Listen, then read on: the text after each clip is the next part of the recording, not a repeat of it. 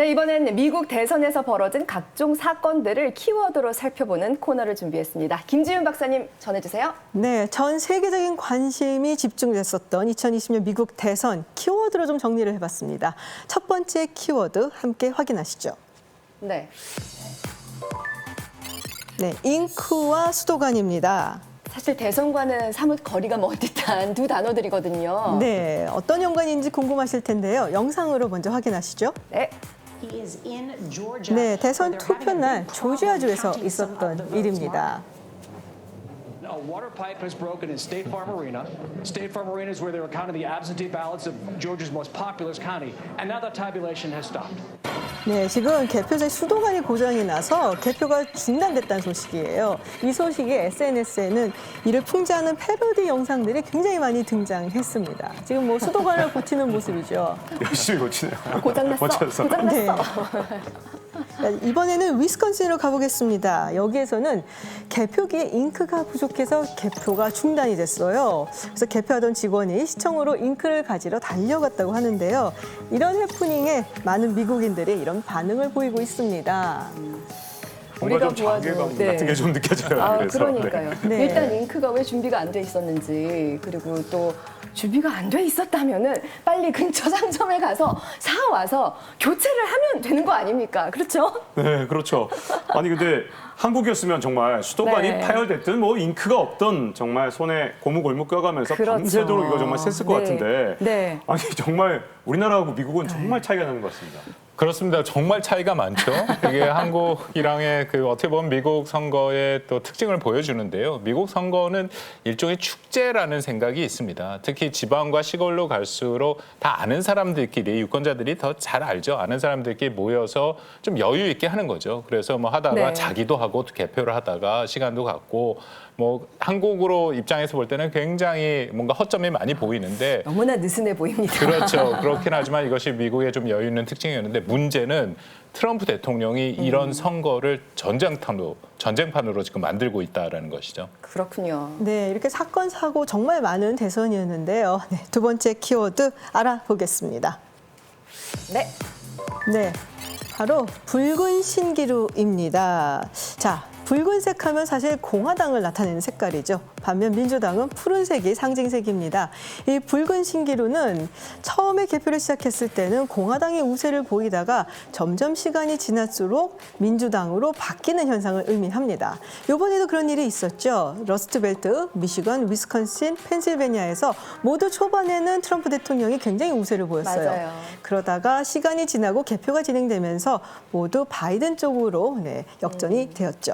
예, 사실 이번 붉은 신기루 현상은 이제 우편 투표가 현장 투표보다 늦게 개표가 돼서 나타나는 현상이고요. 결국은 민주당 지지층들이 우편 투표를 훨씬 많이 했다라는 것을 다시 보여주는 그런 현상이었다고 생각합니다. 네. 투표를 많이 했다 그렇게 말씀하셔서 투표율 얘기 좀 하고 싶은데 사실 미국에서 이번에 투표율이 역대 최고 수준에 이르고 있거든요. 정말 많은 사람들이 쏟아져 나왔습니다. 네, 지금 예상 총 투표율이 66%인데 120년 만에 최고 수준이니까요. 그렇군요. 그런데 이게 다 젊은 층이 투표를 많이 해서다 이런 분석이 나오고 있습니다. 네네. 네, 맞습니다. 이번 대선에서 소위 Z세대라고 부르는 젊은 세대가 정말 큰 역할을 했는데요.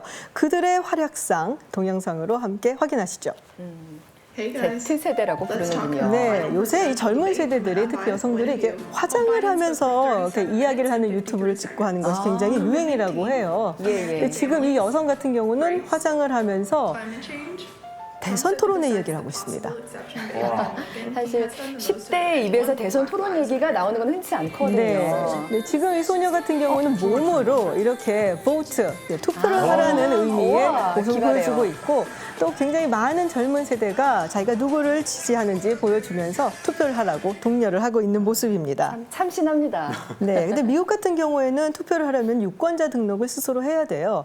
근데 요번에 유권자 등록을 했던 젊은 세대가 지난 2016년에 비해서 무려 3배나 증가했다는 소식입니다. 그렇습니다. 사실 우리도 그렇지만 젊은 세대들이 정치에 썩히 관심이 있지는 않죠. 근데 그렇죠. 이번 같은 경우에는 적극적으로 참여를 했는데 코로나19로 인해서 경제가 어려우니까 자신들의 직장을 잡기도 힘들고 더군다나 트럼프 대통령이 하도 이상한 얘기들을 많이 하고 그리고 인해서 사회가 다 분열되고 인종차별 시위는 격화되고 또 총기 문제도 생기고 결정적으로 트럼프 대통령은 이 기후변화를 음모론이라고 계속 얘기를 합니다. 근데 기후변화라는 것은 다음 세대가 살아가는 터전을 만드는 그런 중요한 의제 중에 하나지 않습니까?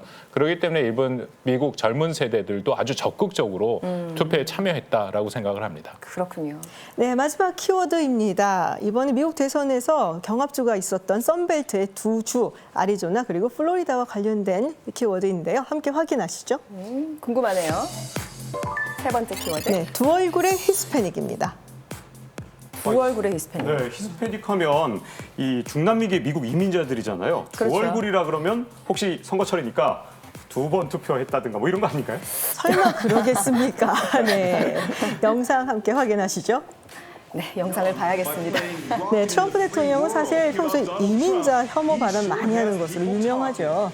They're bringing drugs, they're bringing crime, they're rapists, and some, I assume, are good people. 네, 히스패닉계들 이런 말들은 화가 날 법도 한데 플로리다 히스패닉계는 조금 다른 모습입니다. 이렇게 트럼프 대통령을 강력하게 지지하고 있어요. Mr. Trump, for more Jill, Trump 2020. 대통령이 저렇게 노골적으로 특정 이민자들을 향해서 막말을 쏟아내다시피 했는데 흥미롭게도 플로리다의 지지자들, 그러니까 히스패닉들이 지지를 했죠. 네, 근데 플로리다 같은 경우에는 트럼프 대통령이 좀 더 많은 표를 줬고 그리고 아리조나 같은 경우에는 바이든 후보에게 좀 더 지지를 보냈습니다. 그리고 여기에는 이 히스패닉계들의 좀 다른 모습이 굉장히 화제가 됐었는데요. 사실 이 히스패닉계라고 한다면은 좀 더 민주당 성향이 강하다라고 알려져 있습니다. 그렇죠. 그래서 뭐 트럼프 대통령이 저런 인종 혐오 발언 이런 것에 굉장히 많이 분노하고 할리우드의 유명한 히스패닉계 연예인들도 바이든 후보를 지지하는 영상을 내보내기도 하고 인터뷰도 했었는데요. 그런데 유독 플로리다 히스패닉계만큼은 트럼프 대통령을 지지했다는 것이죠. 네, 그러니까 계속해서 궁금한 게 똑같은 히스패닉인데 왜 다른 주 대비 플로리다 주에 있는 히스패닉들은 트럼프 대통령을 지지했느냐는 거죠. 네, 같은 히스패닉계인데 어디서 왔느냐가 다르기 때문입니다. 플로리다에 있는 히스패닉계는 쿠바의 카스트로 사회주의 정권을 피해서 미국으로 건너온 사람들이에요. 그래서 네. 전반적으로 공화당 성향이 좀 더 강하고요. 또 2015년이었죠.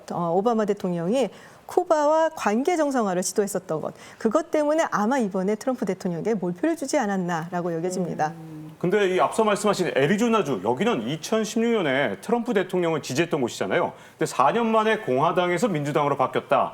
여기에 좀 이유가 있을 것 같은데요. 네, 애리조나주 같은 경우에는 인구 구성이 좀 많이 변했어요. 그래서 민주당 성향을 가진 히스패닉계가 많이 유입이 됐고 또 그리고 진보적인 성향을 가진 젊은 전문직을 가진 사람들이 주변에 있는 주, 특히 캘리포니아 같은 곳에서 많이 이주를 했기 때문에 상당히 진보 성향으로 바뀐 것으로 지금 판단되고 있습니다. 네, 앞서 조지아주도 그랬었고 이렇게 인구 지형이 미국 곳곳에서 바뀐 것이 큰 변화를 낳고 있는 것 같습니다.